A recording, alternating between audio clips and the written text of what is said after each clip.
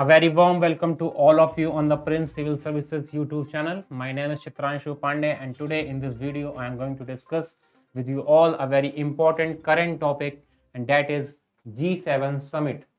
The G7 Summit recently held in Germany in June 2022, and in this video we are going to discuss in detail that why this summit, what were the outcomes of this summit, and obviously we will also discuss that what this organization is all about, where is the origin of this organization and what does it do.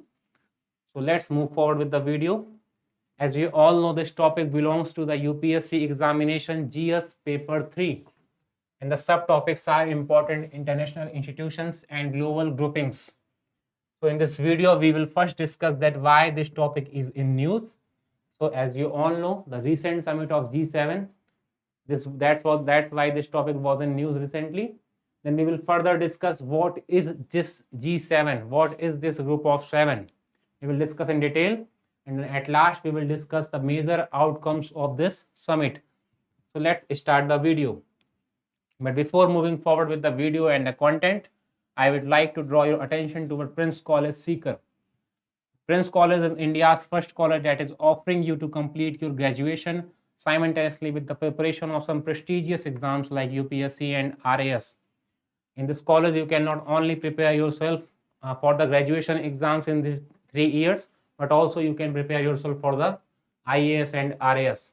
For more information, I request you to kindly visit the description of this video and contact us if possible. So at first in this video, we will discuss why this was in news. As I told you earlier, that in June 2022, the 48th summit of G7 was held in Germany. So that's what the current scenario is. The recent summit in the Germany was the 48th summit of G7, and it held in Germany in June 2022. The theme was progress towards an equitable world. That means हमको बढ़ना है किसकी ओर? Equitable world means एक समान विश्व की ओर, मतलब जहां सभी कंट्रीज, सभी ह्यूमंस को एक समान अधिकार प्राप्त हो, ये इसकी क्या थी? थीम थी.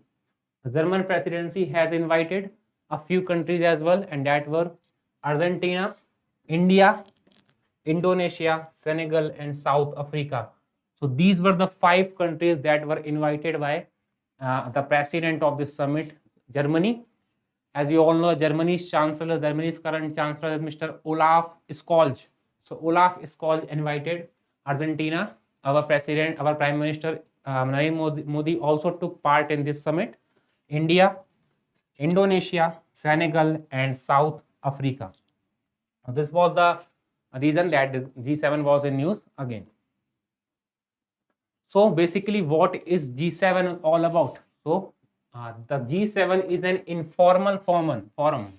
It's not a formal forum, it's an informal forum of leading industrialized nations. I will further discuss why this group was made by these industrialized leading nations, which include Canada, France, Germany, Italy, Japan, UK, and the United States. So the 7 countries which is in G7, and that are US, Canada, France, Germany, Italy, Japan, and one more, UK.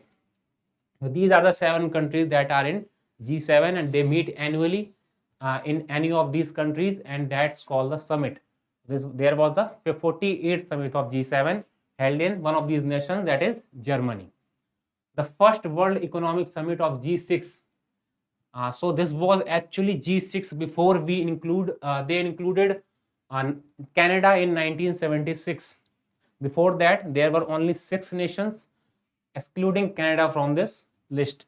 And the first World Economic Summit of these 6 nations was held in 1975, and which later became G7. So I will tell you that why this organization was made. So as you all heard about the topic or the oil crisis of 1973. What is basically the oil crisis? Oil crisis happened because of the war between Arab nations and Israel. It was the year when Arab nations fought Israel, and in that war, Arab nations were actually defeated by the Israelis, but there was not a definite conclusion. But the matter was that Israel was supported by US and other Western countries, that in industrialized nations, and due to that, Arab nations actually Arab nations were exporting their oil to these Western countries. And when these Western countries supported Israel in this war, they stopped their oil export. And that's why there was a crisis of oil in these Western nations. And that was called the oil crisis of 1973. After this crisis, these industrialized nations, these six industrialized nations, which is US, UK, France, Germany, Italy, and Japan, met in 1975 first time, and that was called as World Economic Summit. And in this summit, they made an organization which was G6, because this was made by these six nations. But in 1976, they included one more nation, and that was Canada. Then after that, it was called G7. So firstly, it was G6, but after 1 year, it became G7.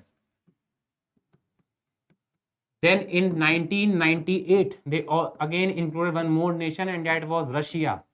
And after including Russia in this organization, they made it G8. So these 20, around these 16 years, this organization was named as G8, group of 8 countries. But in the 2014 attack on Ukraine by Russia, they excluded Russia from this organization, and it again became G7. That's what we know currently. So it was basically made as G6, but further in 1976, it included Canada in this organization, and it became G7. And in 1998, they included Russia as well, and it became G8. But in 2014, after the Ukraine attack of Russia, they excluded Russia from the organization, and it again became G7. So basically, this is basically why we call this G7, not G6 or G8. As we were talking about, it became G6 to G7, then G8, and then G7. G7 countries make up 110% of the world population. So these 7 countries control the population of around 10% of the world. 31% of the global GDP. So basically, if the world has 100 rupees GDP, then these 7 countries controls 31% rupees GDP. Further, they also contribute 20%, 21% in the global carbon emission. So in terms of climate change and climate problems, they contribute around 21%. This goal is to guide, to creating this organization, the goal was to guide the work in 5 areas of action. So basically, G7 works in the 5 areas, and that areas are to make the world sustainable, to make the world or the planet sustainable. The second area, economic stability of the world. Third is healthy lives. Fourth is investment in a better future. They want to invest their money in a better future. And at last, they want stronger together. These are the 5 key areas for which G7 meets annually. These nations meet annually. All the G7 countries and India are a part of G20. So what basically I am trying to say, that G7 countries, including 11 other nations, 12 other nations, and EU as an organization makes G20. You can understand better by this picture that G7 countries have Germany, UK, France, Canada, US, Italy, and Japan. These are the G7 nations. But if we include Russia in them, as it was excluded in 2014, it became G8. And if we include these 12 nations as well, then it becomes G20. So what I was saying, that including G7 nation and India together with other 11 countries, we make G20. So basically, India is not a part of G7, but India is a part of G20. That is the major difference between G20, G7, and G8. So this summit held in Germany in last month, June 2022. So we will discuss that what were the outcomes of this summit, what the world actually gained from this summit.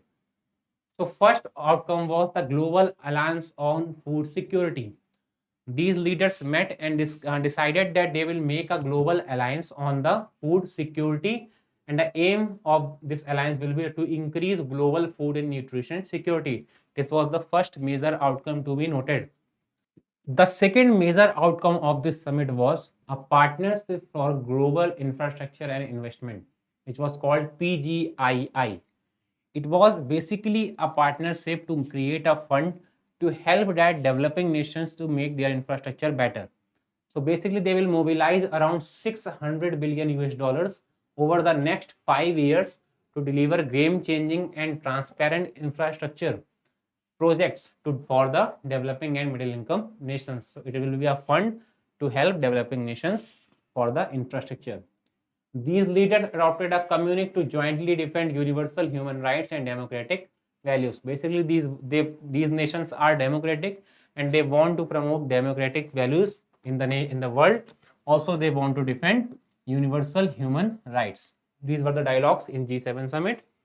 They endorsed the goal of an international climate club.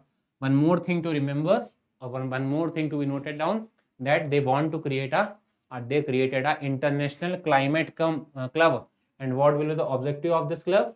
To accelerate the implementation of the Paris Agreement. Paris Agreement, as you all know, it is all about climate change, and they want to implement the decision taken on that agreement by their international climate club. These leaders re-emphasized their condemnations on Russia illegal and unjustifiable war. So basically, they again condemned Russia for their attack on Ukraine, and which they called illegal and unjustifiable of aggressive against Ukraine. And they also provided around 28 billion euros fund to help and to support Ukraine in this war. So last month in G7 summit, G7 countries decided to donate, or you can say provide aid, 28 billion euros to Ukraine in this war. They also committed to phasing out our dependency on Russia's energy. So basically, they are committed that we should not be dependent too much on the Russia's gas or other crude oils, and we should make ourselves self-dependent, or we should be dependent on the other nations that can provide these crude oils. What were the India's perspective? Indian Prime Minister addressed that we need equal energy distribution.